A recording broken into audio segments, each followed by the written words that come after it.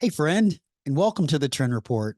I'm glad you're joining me today for another conversation with just me and you. And I've actually decided to rename these 10 to Win, meaning that this should be a 10-minute or less episode with some really great nuggets of information for you to help you win in life and win in business. I'm Sid Meadows, and I'm a business leader, a coach, consultant, and a longtime student of the office furniture industry. And in this podcast, we have powerful conversations with industry leaders and innovators and others making an impact in their business and our industry. My goal is pretty simple: to provide you with valuable insights, information, resources, and tools to help you grow and your business grow and to help move our industry forward. So let's dive into today's conversation, something I'm calling that it's time to stop networking and start connecting. Now, we're into the new year, and hopefully by now you have set all of your goals and you know exactly what you need to do to make 2024 an amazing year for you and your business. And as we move into the new year, I'd like to challenge you to set one additional goal that I'm confident is going to help you and your business grow. And that, my friends, is to stop networking and start connecting. Now, I'm sure you might be thinking, this guy is crazy. Networking is an important part of sales, and you need to network. And I get it. And likely and undoubtedly, your boss or your manager is probably talking to you about the importance of networking. And you've likely been conditioned to believe that this is networking is critical to your success and that you got to get out there and you got to do it. So let me explain a little bit more about what I mean when I say make this year the year to stop networking. But before we dive in, let's look at the meaning of the word networking. According to my research in the University of Google, and the dictionary actually defines networking as the action or process of interacting with others to exchange information and to develop professional and social contacts. So basically, what it's saying is networking is interacting with others to develop contacts. And that's really good. That's great, actually, because we need more contacts to market to so that we can indeed grow our business. In fact, some people would say that the more people that we come in contact with, the more opportunities that will be generated, the more sales that'll be created. And obviously, more sales means more revenue. So, but aren't these just contacts? They're not really meaningful and strong connections. They're just people that we've met, right? They're just contacts. I want you to think a minute about the last networking event that you went to. How much did it cost you to attend that event? How many people did you meet? How many business cards did you pass out? And how many did you collect? And after the event, what did you do with all that information, with those business cards, and all that the contact information? What'd you do? Well, you're like most people, you probably went over to your CRM and added them into that, maybe put them into some kind of email sequence. Maybe, just maybe, you went out and connected with them on LinkedIn, and then likely you just put them in a drawer or a file somewhere. And I'm guessing you probably haven't looked at them since then or made any additional contact with them. Now, maybe a couple of you might have gone as far as send an email, a personal email, right? But based on my experience, that's about it. But ironically, most people think that's success. They look at that as success. You got a few new contacts, you increase the number of people in your CRM, and you're good to go.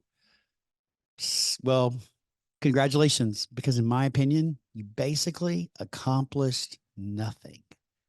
See, the problem with networking is the entire concept has been diluted. We are so hung up on increasing our social connections and following that all we focus on is collecting business cards, sharing our pitch, and moving on to the next person. We've forgotten that networking is really an art. It's the process of meeting and connecting with real people. It's about learning about them and then following up with them to really and truly build a meaningful relationship. And the problem with networking events is that most people, and you probably are going to agree with me, attending them are just like you. They're salespeople looking for their next customer. The people that you're likely meeting are not even your target customer or even someone that could be your customer, right? Typically, they're not even the decision maker and likely can't or won't introduce you to who the decision maker is, even if they know who that is. You ever ask yourself, like, why? Why is this, right? Well, I'm going to say likely because you attended a free event. That was a cocktail hour at some, let's say, trendy location, some hip bar or restaurant, right? Hosted by a random group of people, probably you don't know, that were hoping to add some value to the masses by gathering people together.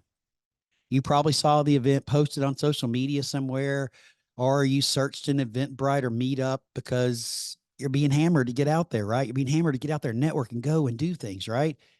And I'd be wondering, is what you're really doing, is it even in our industry or the people you're meeting even relevant to what it is that you sell, right?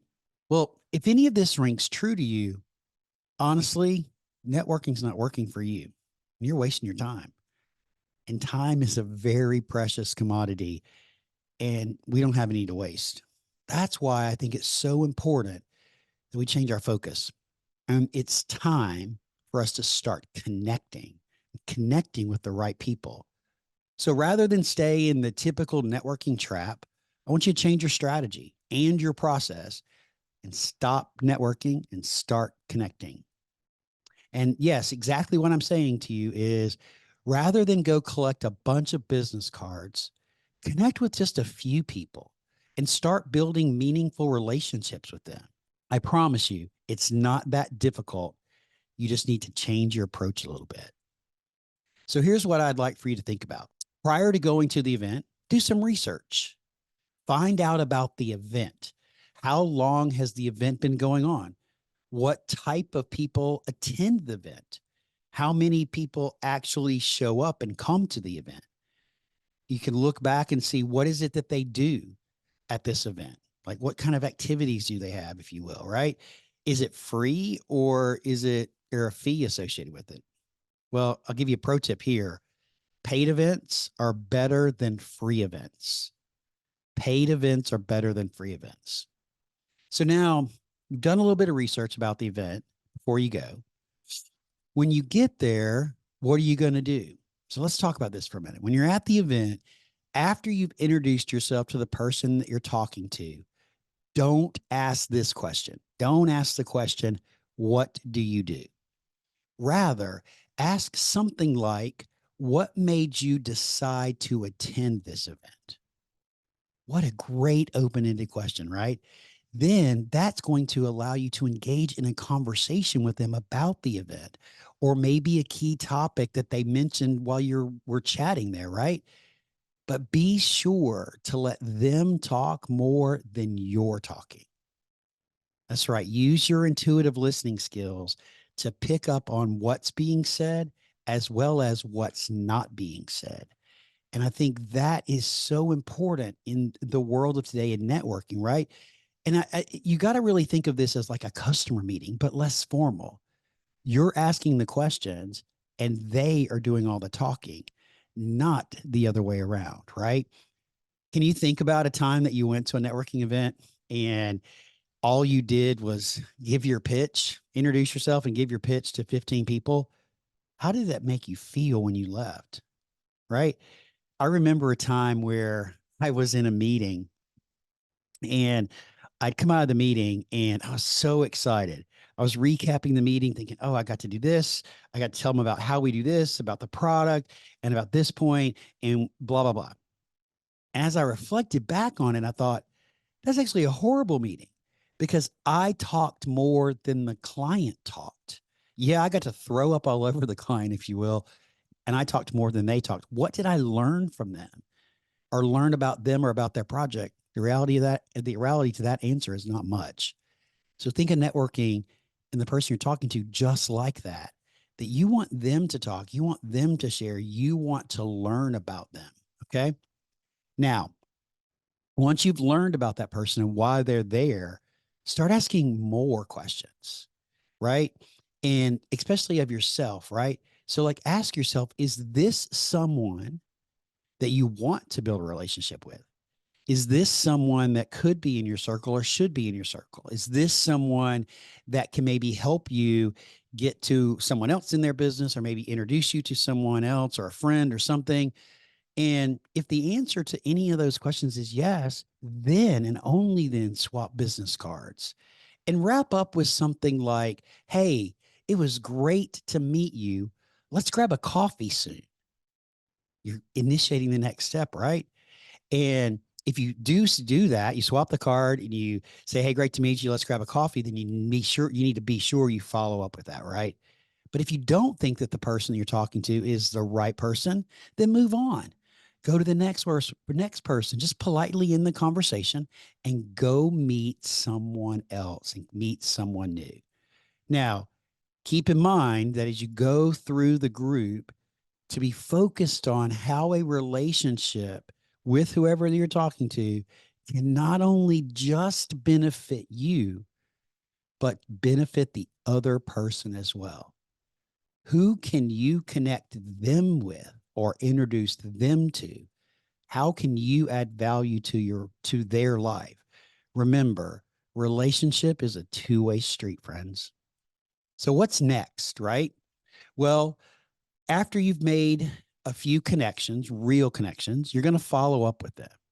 You're going to connect with them on LinkedIn in a meaningful way. You're going to send them a note when you send the connection request about how great it was to meet you or great to connect with you at XYZ event kind of thing. And then also send them an email and thanking them in an email and initiating that next step. Maybe try to get a time on the calendar for a month out for that coffee or after work drinks or something like that. But then I want you to think about how you can add some value to them. Do something that you don't normally do or haven't done before. And here's a couple of examples for you, right? Maybe the person you were talking to told you about interest at something that they're really interested in and how they're reading books about it. Well, go buy that connection a book and send them a book with a handwritten note, letting them know that you thought about them when you saw this in the bookstore. Be intentional about what you're doing. And I've talked about this a lot before. Never, ever, ever underestimate the power of a handwritten note. People love them because it's a lost art. I literally, friend, have a drawer in my office full of handwritten notes that I've gotten because I keep every one of them because they are so few and far between. Now, remember to be sure that you continue to follow up with them. And if you haven't secured a confirmation for the meetup, the next meetup or coffee or whatever it is, be sure you follow up with that. Again, just be creative, be thoughtful, be you, be the real you. All right. Networking can be easy. Meeting people is easy. Passing out business cards is easy. Connecting with someone new is hard. And it takes time, it takes effort, and it takes work on your part. This is not going to work for everyone that you try to connect with. I promise you that, right? But if you do it correctly with intention, the possibilities are endless. And these new connections, these new relationships that you're building, hold the opportunity and the power to introduce you to multiple people who need you, your products, and your services, or maybe even introduce you to the decision maker within their organization. One true connection could develop into multiple opportunities over time and is much better than 25 business cards and information that you throw into your CRM. Now, don't rush this. Make it meaningful for you and for them. I guarantee you, none of us need more random people filling up our lives and our email boxes and our social feeds. What we want and what we need are more true connections and meaningful relationships, especially in today's world. Cheers to an amazing 2024. I am pulling for you and wishing you much success throughout this year. So I appreciate you joining me today for this quick 10 to win. I hope you liked it. I hope you got some great value out of it. If you did, I would welcome if you would head over to Apple, leave us a review. Let me know what you thought about the podcast in general. And we look forward to seeing you again in a couple of weeks. Go out there and make today great.